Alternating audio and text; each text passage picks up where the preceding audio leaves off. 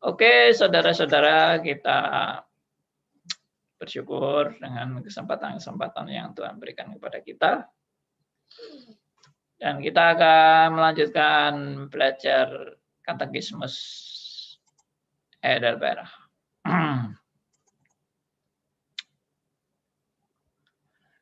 Ya,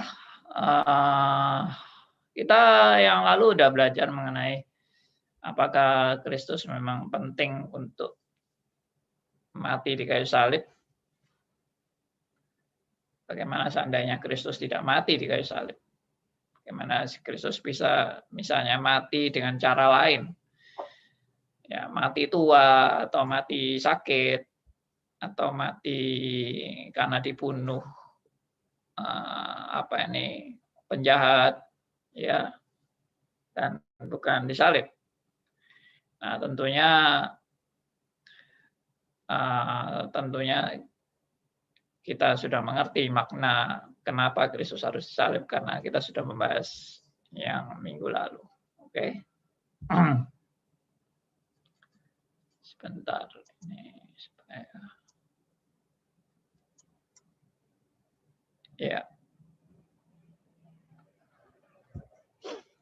Nah, sekarang saya mau share kepada Anda ya tentang tulisan-tulisan orang liberal yang saya pernah share ke Anda, supaya Anda melihat sendirilah bagaimana orang-orang liberal itu mempunyai pandangan-pandangan sinis terhadap orang-orang seperti kita ini. Ya, supaya Anda tahu bahwa ada serangan-serangan untuk orang-orang yang seperti kita. Jadi jangan kita merasa hanya kita aja yang punya pendapat ini, dan bukan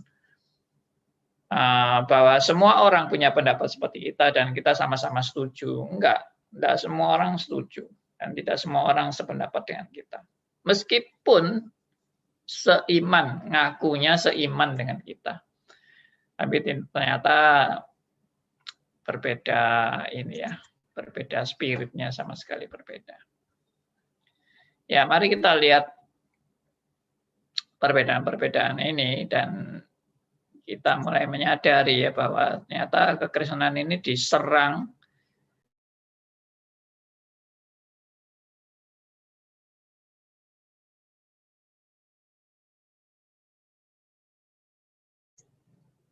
ya. Tolong kalau nge-mute jangan di-mute all ya. Yang di-mute yang baru masuk aja. Nanti saya ikut kena mute ini. Ya, jadi supaya kita tahu ya bahwa serangan-serangan dalam iman Kristen ini bukan serangan dari luar saja, tapi juga serangan dari dalam. Dan serangan dari dalam itu yang sebetulnya lebih mengerikan daripada serangan dari luar. Kenapa? Karena ya tentunya serangan yang dari luar itu kita sudah pasang kuda-kuda ya. Maksudnya udah tahulah kalau itu serangan. Tapi kalau yang dari dalam ini mungkin malah merasa itu bukan serangan. Malah ada jemaat yang merasa, wah ini suatu pencerahan bagi kita. Hati-hati ya. Justru serangan iblis yang paling berbahaya itu bukan serangan dari luar, tapi serangan dari dalam. Musuh dalam selimut. Dan gambaran Alkitab itu adalah seperti serigala berbulu domba. Mengerikan sebetulnya, dan kita bukan mau menghakimi manusianya ya, tapi ada serangan-serangan itu dan dipakai iblis. Kadang-kadang mungkin si tokohnya ini melakukan itu, dia tidak sadar kalau dia dipakai iblis. Dia merasa dia itu benar. Dalam mengungkapkan itu juga benar. Ya maaf sekali lagi saya tidak menyebut nama dalam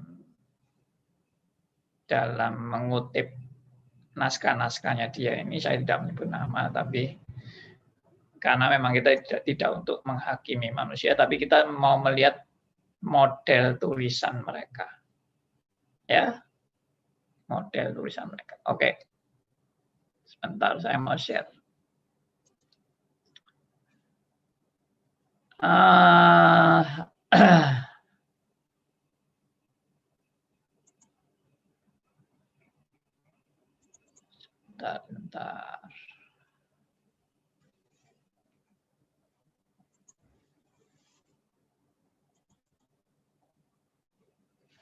Oke. Ini adalah sebuah renungan. Jadi yang saya share ini adalah sebuah renungan yang mereka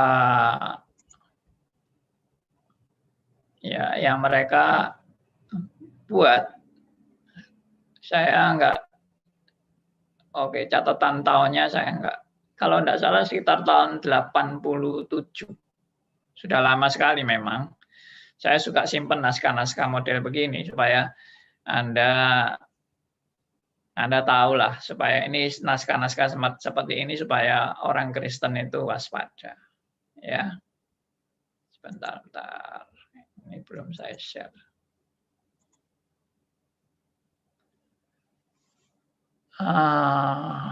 Mana ini? Oke. Kurang gede ya.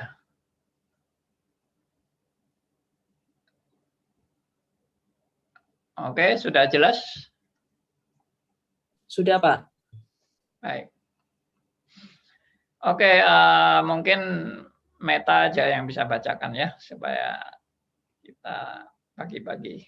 Ya, saya bacakan. Apa yang pernah ada akan ada lagi, dan apa yang pernah dibuat akan dibuat lagi. Tak ada sesuatu yang baru di bawah matahari. Pengkhotbah pasal 1 ayat 9.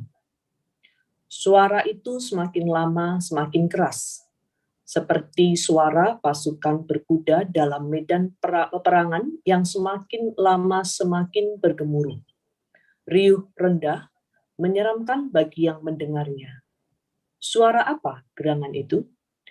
Itu suara umat beragama. Apa yang terjadi? Apa yang mereka teriakkan dengan gegap gempita? Ternyata mereka meneriakkan kata-kata ini. Tidak ada keselamatan lain selain melalui agama kami. Sementara yang lain menambah dengan semangat yang kurang lebih sama. Agama kamilah yang paling diperkenan Allah. Agama kamilah yang paling benar. Begitu keras dan riuh rendahnya suara itu, sampai-sampai mereka yang tak tahu menau bilang, kayak kampanye pemilu ya, tapi yang berteriak-teriak datang membela diri. Kata mereka, kami bukannya mau kampanye, kami hanya mau menyatakan kebenaran. Itu saja. Dan supaya saudara ketahui, kebenaran itu adalah agama kami. Maka siapa saja yang tidak mau ikut agama kami, pasti tidak dapat dibenarkan. Mereka terus menyerocos, saudara tahu, Allah sebenarnya telah memberikan pernyataan khususnya bagi kami. Ini istimewa loh. Sedang bagi yang lain, Allah hanya memberikan pernyataan umum yang samar-samar, tidak jelas, dan tentu saja tidak seistimewa pernyataan yang telah diberikan pada kami. Hal-hal seperti ini mereka katakan dengan semangat penuh, bak seorang prajurit kamikaze, prajurit Jepang yang siap bunuh diri demi kaisar. Tentu saja dengan satu maksud, yaitu supaya orang berbondong-bondong pindah ke agama mereka. Namun, benarkah agama kita lebih istimewa dari yang lain? Benarkah orang yang beragama lain itu tidak ada keselamatan dan agama mereka sia-sia? Belum tentu. Ya, belum tentu demikian. Sebab, seperti kata pengkhotbah, tidak ada sesuatu yang baru di bawah matahari. Artinya, tidak ada sesuatu yang istimewa di dunia ini, semuanya sama saja. Apa yang kita pikirkan, harapkan, dan doakan sebagai manusia, sama dengan apa yang orang lain pikirkan, harapkan, dan doakan. Setiap orang memiliki pergumulan dasar yang sama. Sama-sama makan nasinya, kata orang Indonesia. Bentar, sambung lagi. Ya, bersambung ke halaman berikutnya.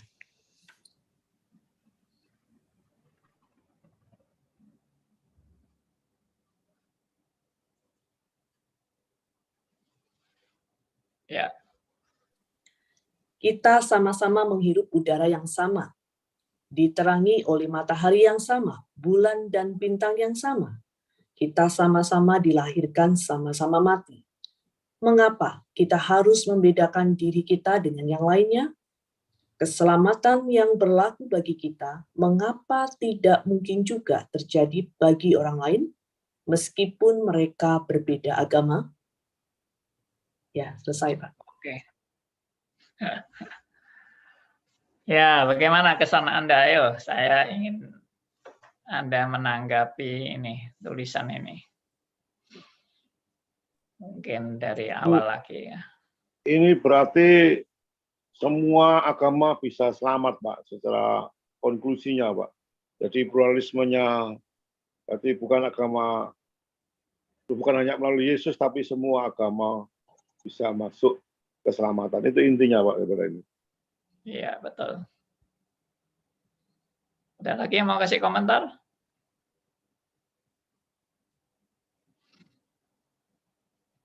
Ini dia ini apa ini kalimat-kalimat seperti ini yang coba ini yang saya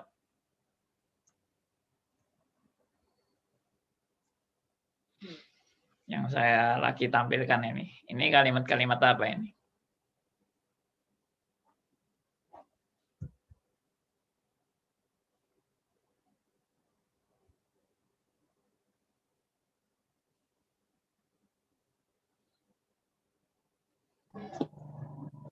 Itu disebutkan tidak ada keselamatan selain agama kami, Pak. Selain melalui agama kami. Sebetulnya dia ini lagi nulis siapa ini? Yang berteriak-teriak itu siapa?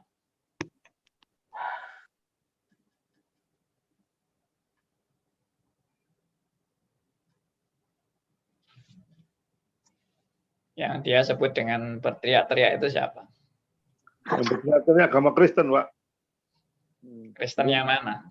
Ya itu mungkin satunya jalan menuju mana ke surganya melalui Yesus sih, mungkin menurut saya tidak gitu, diumpamanya gitu sama dia. Berteriak-teriak datang membela, gitu. Maka itu dibantah sama dia melalui narasinya dia sendiri, Pak. Itu kan pendeta Robert Setio lah kali itu, Pak. Wah, ini sudah membocorkan ini.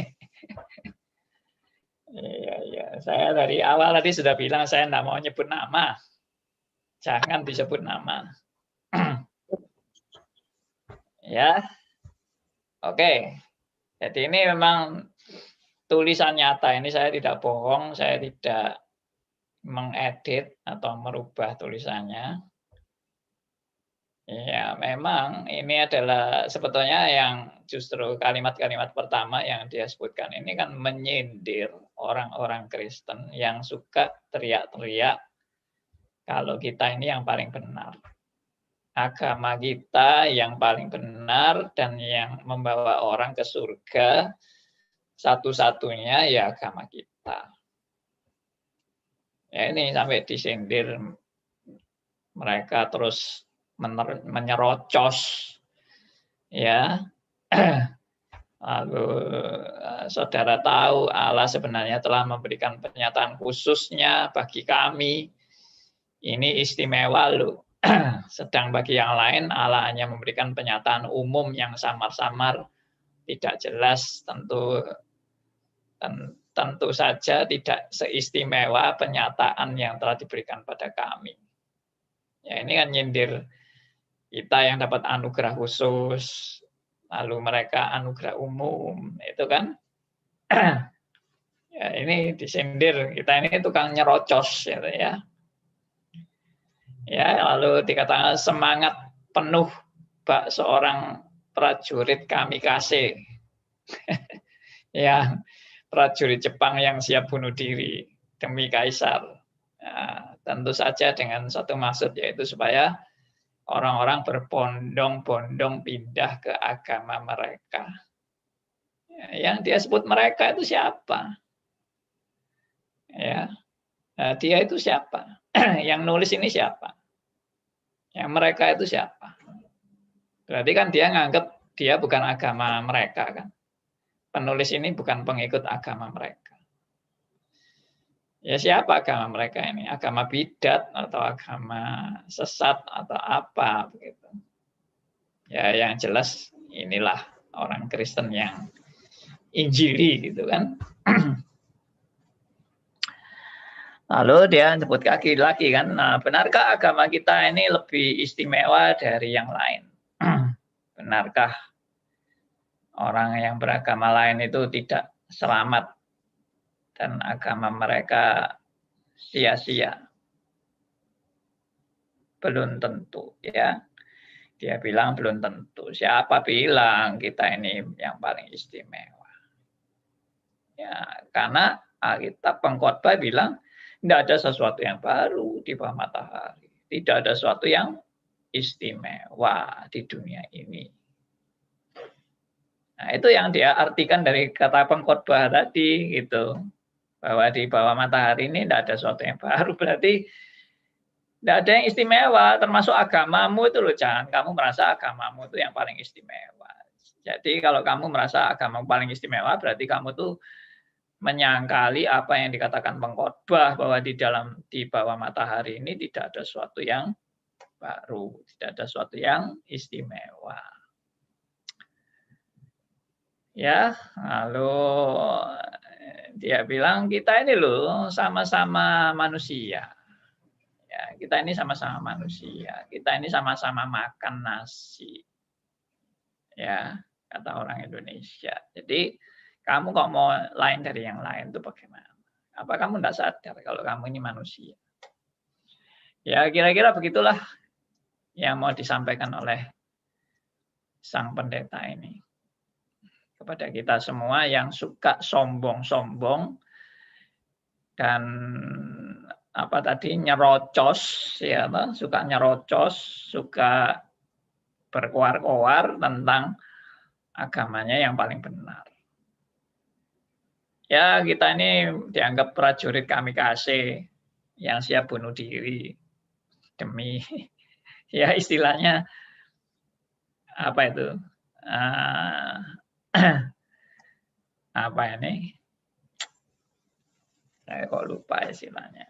Fanatik lah, ya, golongan-golongan fanatik, radikal, golongan radikal, Kristen radikal modelnya kita ini. Ya oke, itu aja yang saya mau kasih Anda sebagai masukan. Mungkin ada yang mau kasih masukan lain atau tanggapan lain, silakan. Mestinya yang menjadi pertanyaan kita itu adalah, itu pendeta itu kok bisa mikir kayak gitu, itu gimana ya? Gitu. Maksudnya kok bisa timbul pikiran-pikiran yang seperti itu, dan sepertinya anti banget dengan kelompok kita gitu. Anti banget dan nyindir banget gitu loh. Kita ini golongan orang yang mungkin dianggap sempit, ya, fanatik, radikal, semacam golongan FPI gitu mungkin ya. Nah itu yang suka bikin ulah untuk menghancurkan apa ini, ya sok sombong lah gitu, merasa diri paling benar, paling suci. Ya. Nah, jadi inilah yang tadi saya bilang, ini di dalam kekristenan sendiri. Ya, bayangkan kalau ada umat Tuhan yang dipimpin oleh pemahaman yang seperti ini, kira-kira umatnya bagaimana? Pandangan jemaatnya bagaimana kalau ada hamba Tuhan yang seperti ini? Menyedihkan banget ya. Kita kalau lihat seperti ini, kita baru sadar, wah kita bersyukur ya, selama ini kita tidak diselewengkan dengan model-model pemahaman yang kacau balau ini. Oke. Ya, kalau sudah tidak ada, kita kembali ke katekismus. Pak Andi, Pak. Silakan. Pak, saya singkat aja, Pak. Ya. Memang mengenai pencemooh, itu sudah berakar dalam sejarah, Pak. Dari zaman Nuh itu sudah ada yang mencemooh. Iya, betul. Iya, baru nanti ke Ayub, bahkan istrinya Ayub juga mencemooh juga, gitu, Pak. Betul. Baru nanti muncul lagi di zaman Tuhan Yesus, zaman perjanjian baru, rasul-rasul ada di antara kita yang mencemooh, gitu, Pak. Iya. Nah, kalau dibawa pada dataran konteks sekarang kan ada itu, Pak, dialog lebih santun, lebih ini, Pak, lebih berintelektual gitu. Tidak sumbu pendek, tidak kebencian gitu, Pak, ya. Tapi Bapak sendiri menanggapi gimana, Pak, tentang dialog-dialog seperti itu, Pak, ya? Itu aja, Pak, ya. Makasih. Ya, bagus. Saya senang sebetulnya dengan dialog-dialog itu. Dan saya pernah ikut, bahkan sering. Zaman saya dulu masih jadi pembina mahasiswa di kampus. Saya sering mengadakan pertemuan-pertemuan dengan kelompok-kelompok liberal itu. Diskusi, kita tukar-menukar pendapat. Bahkan saya pernah mengundang tokoh pendeta liberal yang di Indonesia yang cukup besar namanya dan sudah meninggal sekarang. Saya bahkan mengundang dia dan bahkan saya berdialog dengan dia, saya diskusi, ya tukar-menukar pendapat, pikiran. Saya orangnya open, maksudnya open itu bukan saya terbuka untuk ajaran sesat, enggak. Saya open untuk berdialog. Saya orangnya suka berdialog dan saya juga mau memahami cara berpikir mereka itu bagaimana. Tapi akhirnya kesimpulan saya ya dari dialog-dialog saya dengan mereka itu, kesimpulan saya itu mereka itu ya gimana ya, mereka itu nggak mau sama sekali, tertutup lah. Mereka itu tertutup untuk bisa menerima konsep-konsep dasar dari iman Kristen yang seperti yang kita dapatkan. Mereka tertutup untuk itu. Misalnya contohnya, Yesus satu-satunya juru selamat. Itu mereka nggak bisa terima mati-matian karena mereka selalu berpijak kepada humanisme. Yaitu tadi loh, misalnya larinya ke kita ini kan semua manusia kan ciptaan Allah. Tuhan kan mengasihi semua manusia. Ya itu yang menjadi dasar pijak mereka. Tuhan itu mengasihi semua manusia. Masa Tuhan menciptakan manusia lalu Tuhan membenci manusia? Nah, itu logika mereka. Dan kalau dikasih ayat-ayat yang misalnya menonjolkan keselamatan hanya melalui Yesus, dia bilang itu kan versi kita. Ayat-ayat itu versi kita. Tapi ayat itu bisa diterjemahkan dengan versi yang lebih jelas dan lebih kontekstual. Ya contohnya misalnya Yesus menebus dosa kita dengan cara disalib, itu hanya bagi orang-orang Yahudi. Ya, bagi orang-orang Yahudi. Tapi bagi orang Arab, bagi orang India, bagi orang Tiongkok, ya jalan Tuhan lain lagi. Makanya kita tidak bisa ngotot, harus jalannya itu harus itu. Jalan ke Roma itu 1001 macam cara jalan ke Roma. Banyak jalan ke Roma. Nah itu menurut orang-orang seperti itu. Sehingga memang nggak bisa ketemu ya. Saya sudah dialog bolak-balik. Akhirnya mereka selalu menuduhnya itu. Dan cara pandangnya sudah berbeda sama sekali dan mereka justru menganggap bahwa orang yang percaya satu-satunya jalan itu adalah orang-orang yang naif. Sempit. Cara berpikirnya sempit dan menganggap diri yang paling benar. Lalu orang lain masuk neraka, kita aja yang masuk surga. Nah, itu bagi mereka itu kesombongan. Orang yang merasa dirinya sendiri yang masuk surga itu Itu kesombongan. Dan Tuhan tidak menyukai kesombongan. Tuhan membenci kesombongan. Nah, jadi mereka merasa mereka yang rendah hati dan mereka yang bisa merangkul agama, semua agama. Karena bagi mereka semua agama bisa masuk surga. Kalau kita kan sulit mau merangkul semua agama, bagaimana? Kita anggap mereka juga tidak akan bisa masuk surga. Jadi dianggap golongan kita ini golongan sempit, golongan naif, golongan merasa diri paling benar, sombong, ya, radikal, ya, yaitu tadi kami kasih, ya, suka nyerocos, ya, teriak-teriak seperti pemilu, ya, itulah analisa mereka. Sehingga memang sedih kalau melihat seperti ini, itu sedih. Kenapa? Ya, kenapa Kristen dihancurkan oleh Kristen sendiri gitu.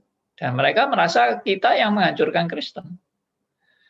Kita merasa mereka yang menghancurkan Kristen kan. Tapi mereka juga merasa kita ini yang menghancurkan Kristen. Artinya dengan kesombongan kita membuat orang makin membenci kekristenan. Coba kita rendah hati, kita bilang, oh ya semua agama selamat. Kita menghargai kok. Ya, Anda bisa selamat, saya juga selamat. Jadi cara kita memang beda-beda, nggak apa-apa. Ya, Anda nggak usah percaya kepada Yesus, nggak masalah kok. Saya juga percaya Tuhan mengasihi kamu dan Tuhan menyelamatkan kamu. Wah, itu kan bahasa yang amat bagus untuk kita bisa berdialog, menghargai kepercayaan orang lain, dan kita menyambut mereka dengan baik. Ya, tapi kalau kita kan sudah sudah a priori, waduh, orang-orang seperti ini orang-orang yang nggak selamat gitu loh. Nah, bagaimana saya bisa menghargai mereka dalam ketidakselamatan mereka misalnya, atau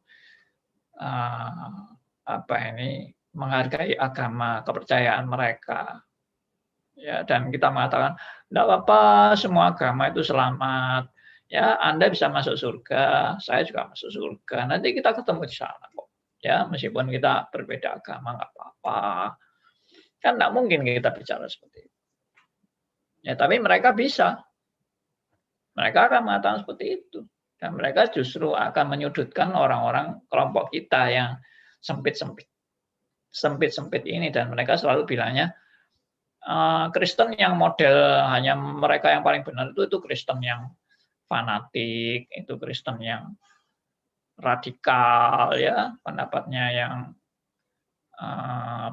yang sombong, merasa diri paling benar. Itu pasti mereka ngomongnya gitu. Ya, oke. Itu sudah saya lakukan zaman saya kurang lebih 40 tahun yang lalu. Saya sudah banyak mengadakan dialog. Bahkan saya mengadakan seminar bersama dengan mereka. Saya pernah diundang bikin seminar dengan seorang tokoh liberal yang paling top di GKJW waktu itu. Saya heran juga, saya ini siapa waktu itu? Saya belum masuk sekolah teologi, saya masih mahasiswa elektro, tapi saya dipanggil jadi pembicara berdampingan dengan ini tokoh liberal yang top dari GKJW itu. Ya. Ya, saya juga terheran-heran sekali. Tapi ya puji Tuhan, saya waktu itu bisa menyampaikan yang betul-betul basic, ya, Kristen yang betul-betul basic, dan orang banyak dikuatkan dan diteguhkan oleh pernyataan-pernyataan saya yang menjelaskan mengenai kekristenan secara basic. Karena yang tokoh liberal ini memang betul-betul menekankan liberalisme, bahwa kekristenan itu universalis, ya, keselamatan itu untuk semua agama, ya, Tuhan itu tidak pilih kasih, ya, dan sebagainya dan sebagainya. Kelihatannya sangat bijaksana sekali memang ajarannya itu, dan sangat manusiawi sekali, dan sangat menghargai perbedaan-perbedaan agama. Tapi saya juga waktu itu tidak membawakan dengan cara yang sempit, ya, yang akhirnya cuma ngotot kita yang paling benar, semua salah. Saya kasih basic-basic yang sangat mendasar. Kenapa kok harus Kristus? Kenapa kok Kristus sampai harus mati di kayu salib dan sebagainya. Ya, itu yang sudah kita bahas selama ini. Jadi sebetulnya dialog-dialog seperti itu tuh makin mempertajam kita ya, melatih kita juga untuk melihat sejauh mana signifikansi keiman Kristen yang sudah saya pahami dalam hidup saya ini. Dan bagaimana kalau saya diserang dengan pendapat-pendapat universalis itu. Apa yang saya jawab yang betul-betul signifikan. Jangan jawabannya, lu itu sesat, lu bidat, ya loh, lu liberal, ya. Ini iman Kristen yang benar. Ya, kepercayaanmu itu kepercayaan sesat, ya, brengsek dan sebagainya. Nah, kalau seperti itu akhirnya kita berkelahi. Saya waktu berseminar dengan tokoh liberal itu sama sekali tidak ada perkelahian, bahkan maksudnya dialognya itu sangat indah dan dia juga terkesan menghargai apa yang saya paparkan. Dia tidak menghina, dia tidak merendahkan, dia tidak menganggap apa yang saya jelaskan itu sempit dan naif. Tidak, dia sangat menghargai. Waktu itu saya nggak direkam ya, saya nggak tahu itu direkam apa enggak juga nggak tahu karena sudah 40 tahun yang lalu. Ya, tapi betul-betul teman-teman yang waktu itu mendengar, mereka memberikan ya salut lah dengan apa yang saya sampaikan. Dan pembicaranya ini sendiri yang dari liberal itu pun juga sangat menghormati saya. Heran ya, dia itu PhD, doktor yang sudah usianya juga sudah tua waktu itu. Tapi begitu menghargai saya yang masih muda, yang belum bergelar teologi sama sekali, ya masih di elektro, tapi ya saya berjuang itu. Ya, saya waktu itu sudah berjuang melawan liberalisme dan sebagainya. Oke, ya itu aja ya. Kita langsung lanjut ke Katekismus Heidelberg.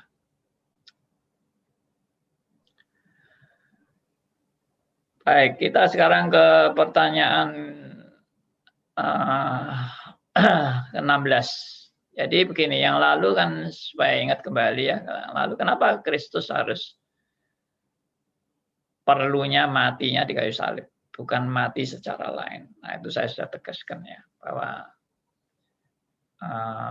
salib itu memang jalan penebusan yang Tuhan sudah tetapkan. Dan ada maknanya dari salib itu karena lambang terkutuk. Ya, salib itu lambang orang yang terkutuk. Dan Kristus harus mengalami itu.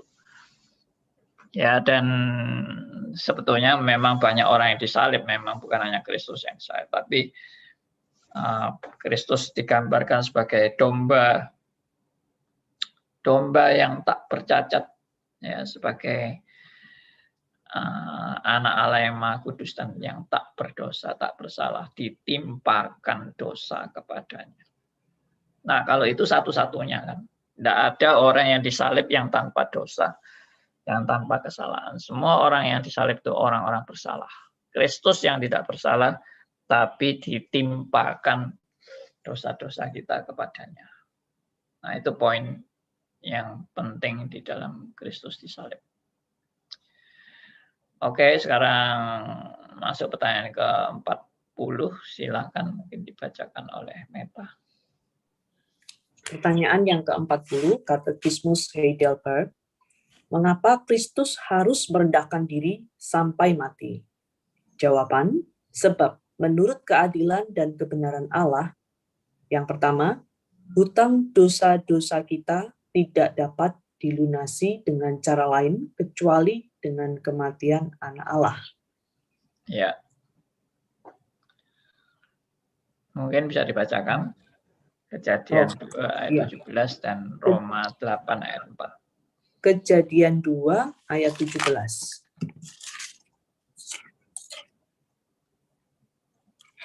Tetapi pohon pengetahuan tentang yang baik dan yang jahat itu janganlah kau makan buahnya, sebab pada hari engkau memakannya, pastilah engkau mati. Roma pasal 8 ayat 4.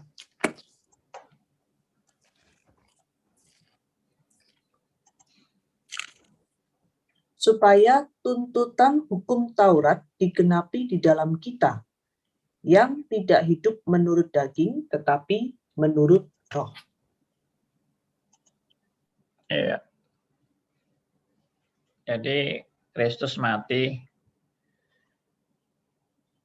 untuk menggenapi apa yang harus kita genapi, tapi kita nggak sanggup menggenapi, makanya Kristus yang menggenapi. Dan Kristus harus menggenapinya sampai mati di kayu salib. Ya itulah semua bagaimana esensi daripada pengorbanan Kristus bagi saudara dan saya. Dan saya sudah membahas berulang-ulang mengenai Kristus yang mati menjalani maut, ya, terpisah dari Allah. Karena hukuman upah dosa adalah maut, dan maut itulah yang dialami oleh Kristus atau dijalani oleh Kristus, dan harus Kristus sebagai pembayar hutang kita. Ya, oke. Coba tolong dibaca deh Roma 8 ini dengan lebih lengkap, ya. Mulai ayat 1 sampai ayat yang ke-5, ya. Roma pasal 8 ayat 1 sampai dengan 5. Hidup oleh roh. Demikianlah sekarang tidak ada penghukuman bagi mereka yang ada di dalam Kristus Yesus. Roh yang memberi hidup telah memerdekakan kamu dalam Kristus dari hukum dosa dan hukum maut. Sebab apa yang tidak mungkin dilakukan hukum Taurat karena tak berdaya oleh daging, telah dilakukan oleh Allah. Dengan jalan mengutus anaknya sendiri dalam daging, yang serupa dengan daging, yang dikuasai dosa karena dosa. Ia telah menjatuhkan hukuman atas dosa di dalam daging, supaya tuntutan hukum Taurat digenapi di dalam kita, yang tidak hidup menurut daging, tetapi menurut roh. Sebab mereka yang hidup menurut daging memikirkan hal-hal yang dari daging. Mereka yang hidup menurut roh memikirkan hal-hal yang dari roh. Ya. Lalu ayat 6, karena keinginan daging adalah maut, tapi keinginan roh adalah hidup dan damai sejahtera. Ya. Nah, ini semua menunjukkan bahwa karya Kristus itu di kayu salib itu lambang yang menunjukkan bahwa Kristus harus mengalami maut untuk membayar hutang dosa kita. Ya, ayat 2. Yang memberi hidup telah memerdekakan kamu. Roh yang memberi hidup telah memerdekakan kamu dalam Kristus dari hukum dosa dan hukum maut. Sebab apa yang tidak mungkin dilakukan hukum Taurat karena tak berdaya oleh daging. Ya, nah ini penting ini.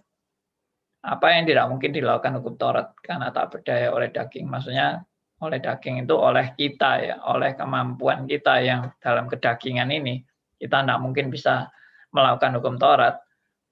Nah, telah dilakukan oleh Allah dengan jalan mengutus anaknya sendiri dalam daging, yang serupa dengan daging yang dikuasai oleh dosa karena dosa.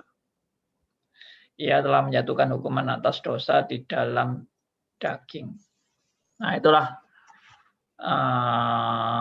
suatu hal yang mutlak dalam kematian Kristus.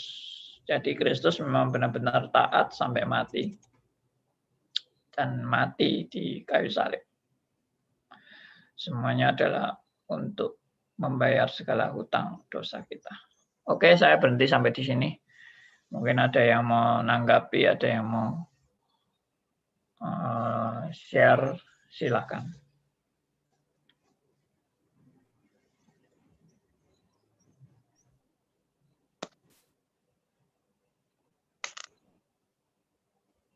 Nggak ada ya?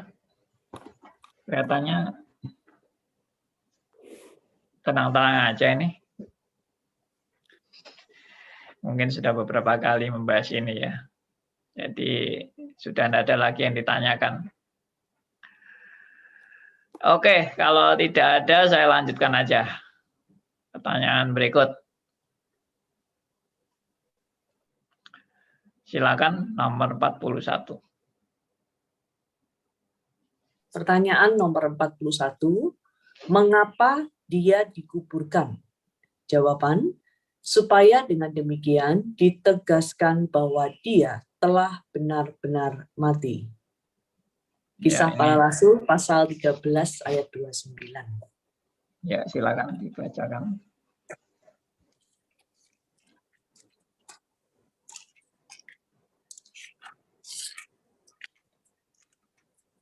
Kisah Para Rasul pasal 13 ayat 29, demikian bunyi firman Tuhan. Dan setelah mereka menggenapi segala sesuatu yang ada tertulis tentang dia, mereka menurunkan dia dari kayu salib, lalu membaringkannya di dalam kubur. Oke. Jadi Kristus jelas tidak pingsan ya toh, karena ada teori yang mengatakan Kristus itu tidak mati tapi pingsan. Sehingga waktu dia bangkit itu bukan bangkit dari kematian, tapi bangkit dari pingsannya. Nah, ini jelas sudah tidak masuk akal sama sekali, karena yang menyaksikan Kristus mati itu bukan hanya satu orang, tapi banyak orang termasuk prajurit yang menusuk lambung Kristus.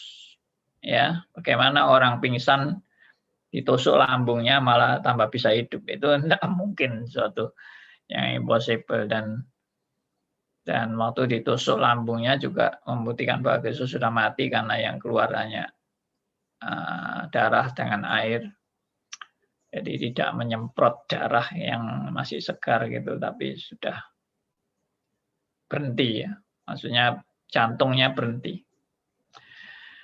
Lalu diturunkan dari kayu salib, lalu dikuburkan sampai 3 hari. Itu semua membuktikan bahwa Kristus benar-benar mati dan bukan pingsan. Dan akhirnya Kristus bangkit dengan kuasanya. Ya kalau toh dia bangkit dari pingsan, pasti juga tertati-tati dan lukanya juga masih belum sembuh. Dia pasti harus dirawat, ya entah dirawat di rumah sakit atau dirawat oleh murid-muridnya. Tidak, Kristus bangkit dengan segala kuasa dan kemenangannya, bukan lalu bangkit dengan lemes-lemes gitu, lalu tidak kuat, lalu masih perlu dipapah gitu ya, karena baru pingsan, baru bangun dari pingsannya, enggak gitu. Itu semua ngabur semua. Oke. Lalu berikutnya pertanyaan 42. Ini mungkin agak penting ini, pertanyaan 42 ini. Silakan. Pertanyaan yang ke-42, jika Kristus telah mati untuk kita, mengapa kita juga harus mati? Jawaban, kematian kita bukanlah pelunasan hutang dosa-dosa kita, melainkan kematian bagi dosa dan pintu masuk ke dalam hidup yang kekal. Iya. Mungkin kalimat ini masih enggak begitu jelas ya. Kenapa kok Kristus harus mati? Lalu kita kok masih juga harus mati? Mestinya kalau Kristus mati buat kita, mestinya kita itu sudah enggak perlu mati lagi kan? Kristus sudah mati kok. Jadi kita buat apa masih harus mati? Nah, itu jawabannya apa? Jawabannya di sini adalah kematian kita bukanlah pelunasan utang dosa-dosa kita, melainkan kematian bagi dosa dan pintu masuk ke dalam hidup yang kekal. Ada yang mau kasih pendapat dari pertanyaan dan jawaban ini, kira-kira apa? Pagi, Pak Andi. Silakan Bapak Elia. Saya tertarik kepada pertanyaan 40 dan 42. Pertanyaan 40 itu menyatakan Yesus rendah hati. Poin rendah hati mungkin mau diteladanin oleh buku ini bahwa kita memberitakan Kristus saat ini. Apakah kita rendah hati dalam pemberitaan? Sehingga saya melihat kok topik hari ini hampir 2/3 bukan membahas katekisme. Ternyata saya sedikit terlambat dan terkagum-kagum atas narasinya Om Theodor yang, waduh, kalau ini masuk STT ini sudah bisa melebihin pendeta di Halim kelihatannya. Ulasannya cukup bagus, mengena isi sampai yang lain terpukau terdiam. Tadi waktu Pak ingin memberikan satu masukan, saya sebetulnya sudah buka open mic ya, tapi saya mengerti Tuhan melewatkan, saya tidak boleh bicara. Tapi dalam kerendahan hati itu saya melihat, wah, kita hampir semua orang Kristen saat ini tidak rendah hati dalam pertanyaan 40. Yang mana? Yang mana? Coba disebutkan dong. Mungkin banyak orang nggak ngerti maksudnya Elia ini yang mana ini. Mungkin Tante Meta bisa mengulang pertanyaan 40 katekismus kita hari ini.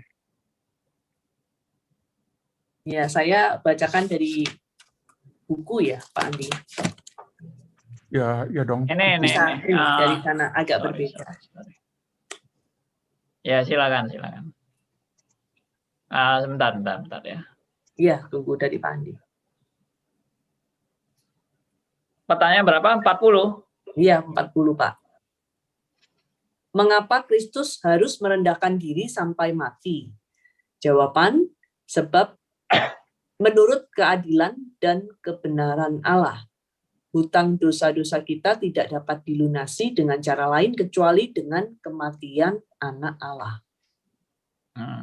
Ya, terima kasih. Maksudnya adalah kenapa dia harus merendahkan diri, gitu ya? Karena memang itu adalah rencana kekal Allah. Nah, kita yang katanya murid Kristus, bisakah kita merendahkan diri dalam pemberitaan Tuhan kita sampai terjadinya kasus yang Pak angkat tadi ya? Saya sedikit terlambat, entah mengapa. Biasanya saya murid yang sangat fanatik gitu ya. Wah, hari ini karena mungkin kondisi saya yang tidak bagus. Begitu masuk, wah, ini kok belum mulai tentang katekismus. Ada apa nanti saya akan lihat di YouTube. Poinnya adalah kerendahan. Tuhan merendahkan dirinya. Mampukah kita sekarang dalam pemberitaan firman merendahkan diri kita? Sehingga tidak terjadi kamikaze tadi itu ya, waduh, itu saya akan mengulang dari depan. Mau menanggapin silakan Pak. Enggak, yang saya tadi enggak nangkep itu, yang you bilang jawaban Theodor itu membuat bungkam semua itu loh. Oh, itu hanya intermezzo Pak, itu bukan berhubungan dengan 40 dan 42, itu hanya pemanis saja gitu. Iya. Nah, yang 42 itu juga menarik. Pertanyaan 42. Ya. Sampai lupa pertanyaannya. Boleh Tante Meta? Silakan dibacakan 42. Ya, 42 saya ulang. Jika Kristus telah mati untuk kita, mengapa kita juga harus mati? Jawaban, kematian kita bukanlah pelunasan hutang dosa-dosa kita, melainkan kematian bagi dosa dan pintu masuk ke dalam hidup yang kekal. Saya tertarik kepada kalimat terakhir. Pintu masuk. Kalau nggak ada kita nggak mati, ya kita mungkin di mana dan di mana gitu ya. Secara fisik saja kita memang harus mati. Supaya kita masuk kepada proses yang selanjutnya itu kepada roh kita. Kalau kita tidak mati, ya kemanakah kita selama ini? Kecuali Henok dan Elia yang, sorry ya Opa Aryo, dia itu kemana ya? Ternyata dia mati juga menurut Opa Aryo. Thank you, Pak. Semua semua dipanggil sama Elia ini tante, opa, om. Oke. Saya berusaha merendahkan diri Wah. dengan pertanyaan nomor 40. Jadi kita nothing, kita sekia gitu, Pak. Ya, Thank kalau you. gitu saya panggil Anda Om ya. Om Elia. Up Supaya to saya you. rendah hati. Up to you, teacher. Pak Andi, Pak Elia, Pak, saya juga hanya Adam pertama, Pak, yang sudah jatuh dalam dosa. Adam kedua kan Kristus. Saya Adam pertama. Kejadian pasal 6, hatinya dipenuhi kecenderungan dosa. Tapi Adam pertama itu memang ada dosa kesombongan, ingin menyamai Allah. Dan karena kesombongan itu, dia menerima maut gitu. Itu yang saya pahami sih, Pak Andi. Ya, oke. Ya, jadi singkat cerita ini, pertanyaan Pak Elia tadi, apakah kita bisa seperti Kristus yang merendahkan diri? Jawabannya, tidak bisa. Karena natur kita ini natur kesombongan.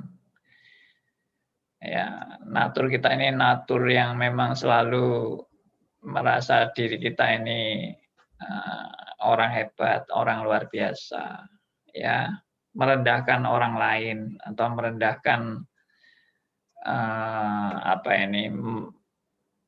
merendahkan yang tidak sama seperti kita. Nah, ini kecondongan kita memang. Tapi yang dimaksud merendahkan diri di sini itu bukan tidak sombong ya. Penekanannya di sini bukan tidak sombong, tapi Kristus yang adalah Allah sampai mau demikian merendahkan diri sampai mau mati. Ya, mau mati.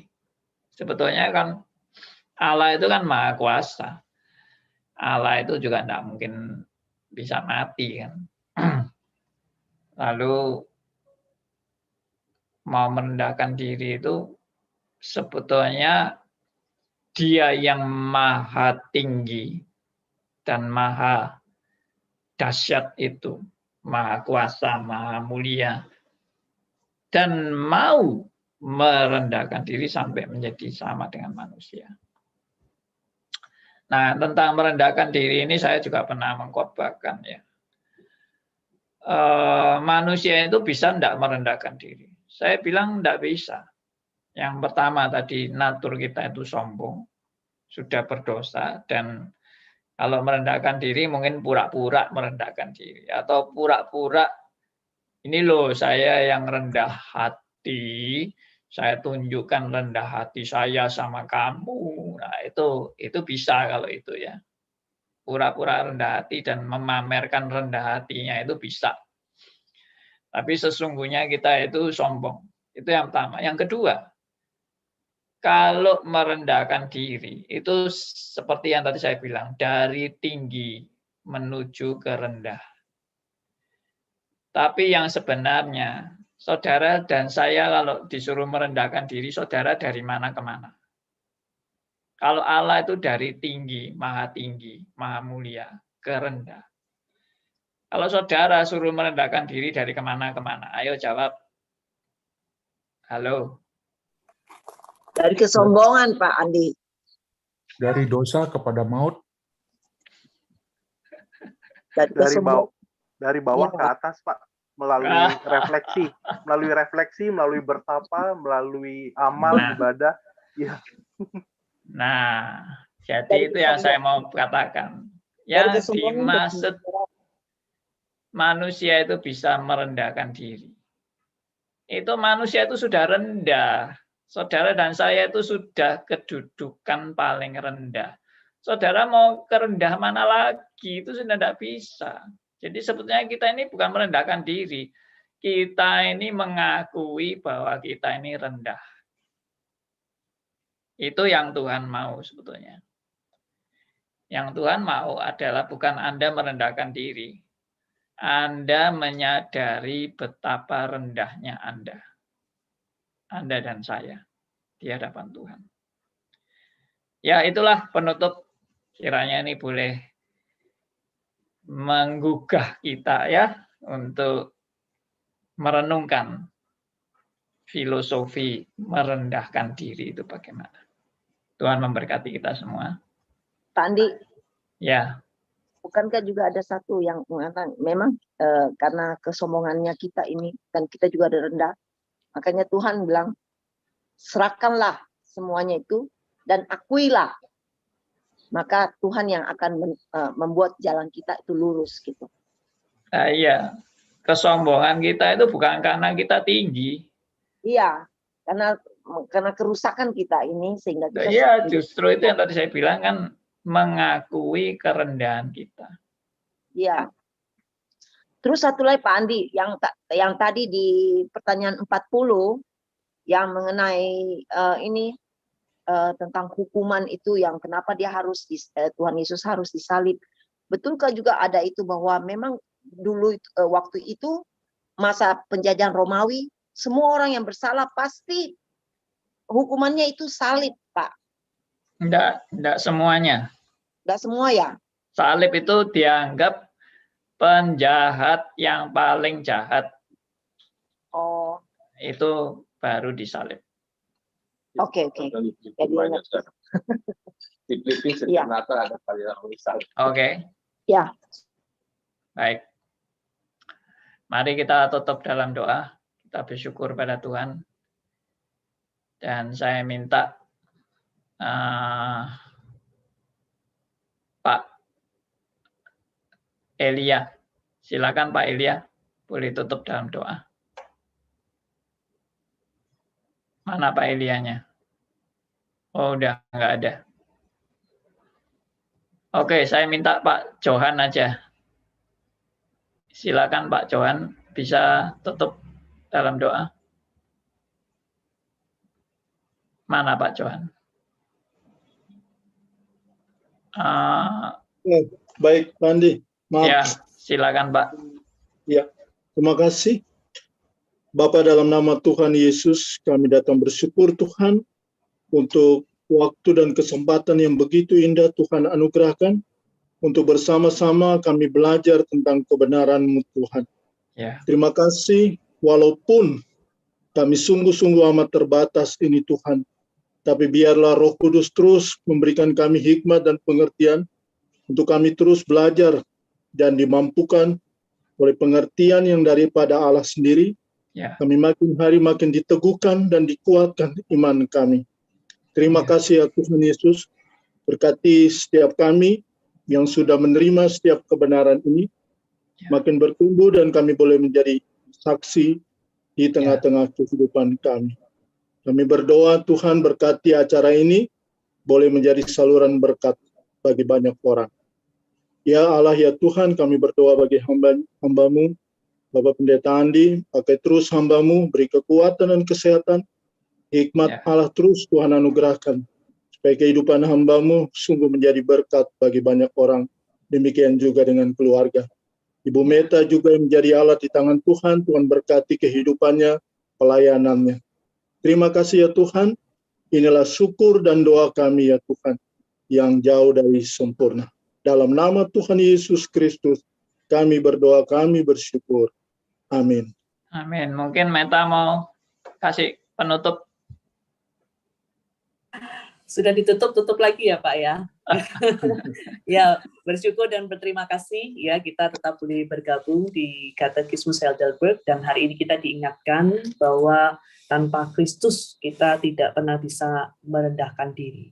Justru teladannya yang menjadi Allah pencipta, menjadi manusia yang ada di dalam dunia ini masuk ke dalam hati kita, orang-orang yang berdosa. Kita bersyukur kita mendapat anugerahnya untuk boleh merendahkan diri mengandalkan Kristus dan memberitakan Injil baginya. Itu aja Pak dari saya. Terima kasih. Oke, Tuhan berkati semuanya.